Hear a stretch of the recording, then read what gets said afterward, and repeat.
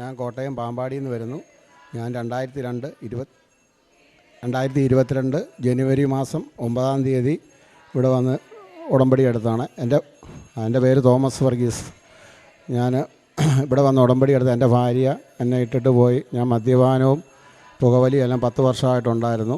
അതുകൊണ്ട് പുള്ളിക്കാരി പിണങ്ങിപ്പോയി. 1 വർഷത്തോളം ഞാൻ ഒറ്റയ്ക്കായിപ്പോയി. അത് കഴിഞ്ഞ് ഇവിടെ വന്ന് ഉടമ്പടി എടുത്ത് 1-ാം ഉടമ്പടി എടുത്ത് പ്രാർത്ഥിക്കാൻ തുടങ്ങിയപ്പം പുള്ളിക്കാരി തിരിച്ചു വന്നു. ഇപ്പോൾ മദ്യപാനം ഉണ്ടായിരുന്നു, മദ്യപാനം നിർത്തി, പുകവലി നിർത്തി, എല്ലാം നിർത്തി കഴിഞ്ഞപ്പം പുള്ളിക്കാരി ഇവിടെ വന്ന് ഞങ്ങളിപ്പോൾ സന്തോഷത്തോടെ ജീവിക്കുന്നു. പിന്നെ ഇവിടെ ഭാര്യ വീട്ടുകാർ ഞങ്ങളോട് വലിയ താല്പര്യം, ഞങ്ങളെ ആരെയും കയറ്റുമൊന്നുമില്ലായിരുന്നു. അത് കഴിഞ്ഞിപ്പോൾ അവർ ഉടമ്പടി എടുത്ത് പ്രാർത്ഥിക്കാൻ തുടങ്ങിക്കഴിഞ്ഞപ്പോൾ അവർക്കും വലിയ കാര്യമായി, വീട്ടുകാർ സ്വീകരിക്കുകയും ചെയ്തു. അതുപോലെ എൻ്റെ ചേട്ടൻ്റെ ഭാര്യയുടെ 2 കിഡ്നിക്കും കംപ്ലയിൻറ്റ്, 1 കിഡ്നി പോയായിരുന്നു. ഞാനിവിടെ വന്ന് ഉടമ്പടി തൈലവും പത്രവും ഉപ്പും എല്ലാം കൊണ്ട് കൊടുത്ത് പുള്ളിക്കാരിയോട് പറഞ്ഞു. പുള്ളിക്കാരിക്ക് തൈറോയിഡിൻ്റെ ഇതുകൊണ്ടായിരുന്നു.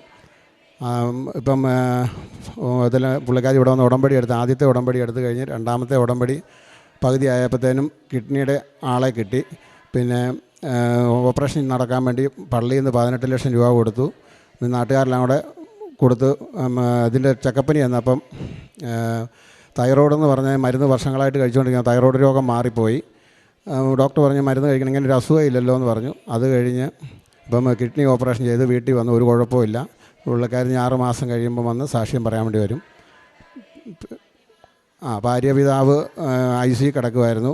15% ഡോക്ടർ ഗ്യാരണ്ടി പറഞ്ഞുള്ളൂ. ഞാൻ IC കയറി കാശിരൂപമായിട്ട് കയറി പ്രാർത്ഥിച്ച് കഴിഞ്ഞപ്പോൾ മൈച്ചൻ്റെ മേലാഴിയെല്ലാം മാറി വാർഡിലോട്ട് മാറ്റിയായിരുന്നു. അതുപോലെ ഞങ്ങളുടെ അവിടുത്തെ ഒരു ഹിന്ദു അമ്മ കിഡ്നിയും പോയി, ഓരോ യൂട്രസും പോയി, അവിടെ നിന്ന് കരഞ്ഞു പോയി വന്ന് എൻ്റെ അടുത്ത് വന്ന് പറഞ്ഞു. ഞാൻ പറഞ്ഞു ഞാൻ ഇന്നപോലെ കൃപാസനപ്പള്ളിയിൽ കൊണ്ടുപോകാം. അന്നേരം പുള്ളിക്കാരി പറഞ്ഞു പിറ്റേ ദിവസം ഓപ്പറേഷന് പോകണ്ട, ഡേറ്റ് കിട്ടിയിരിക്കുന്നതാണെന്ന് പറഞ്ഞു. ഞാൻ പറഞ്ഞു എന്നാണെങ്കിലും വരാൻ പറയും. അതിന് പുള്ളിക്കാരൻ്റെ അനിയൻ്റെ ഭാര്യ പറഞ്ഞു കഴിഞ്ഞപ്പോൾ ഞാനിവിടെ കൊണ്ടുവന്നു. ഇവിടെ വന്ന് മാതാവിൻ്റെ അടുത്ത് പ്രാർത്ഥിച്ച് കഴിഞ്ഞു. പിറ്റേ ദിവസം അഡ്മിറ്റ് ആകാൻ ചെന്നു. ഡോക്ടർ പറഞ്ഞു അഡ്മിറ്റ് ആകണ്ട, ഷുഗർ കൂടുതല. അതുകൊണ്ട് പറഞ്ഞു. അത് 2 പ്രാവശ്യം ചെന്നപ്പോൾ ഓപ്പറേഷൻ ചെയ്യണ്ട. അത് കഴിഞ്ഞപ്പോൾ ഡോക്ടർ പറഞ്ഞു പ്രാർത്ഥനയുടെ ഇതുകൊണ്ടാണ് എന്തോ ആണ് അമ്മച്ചി അത് ഓപ്പറേഷൻ ചെയ്യേണ്ടത്, ഇപ്പം മരുന്നേ മാറിപ്പോകുന്നു. എന്നിട്ട് എന്നോട് വന്ന് നന്ദി പറഞ്ഞ് ഞാൻ പറഞ്ഞു ഞാൻ ദൈവമൊന്നുമല്ല, ദൈവത്തോട് നന്ദി പറഞ്ഞാൽ മതി എന്ന് പറഞ്ഞു. ഇത്തരം കാര്യങ്ങളാണ് അമ്മ മാതാവ് എനിക്ക് തന്ന അനുഗ്രഹം. ഞാൻ എന്നെക്കൊണ്ട് പറ്റുന്നത്രയും നാൾ ഈ പള്ളിയിൽ വന്ന് ഞാൻ ഉടമ്പടി എടുത്ത് മുന്നോട്ട് ജീവിക്കും.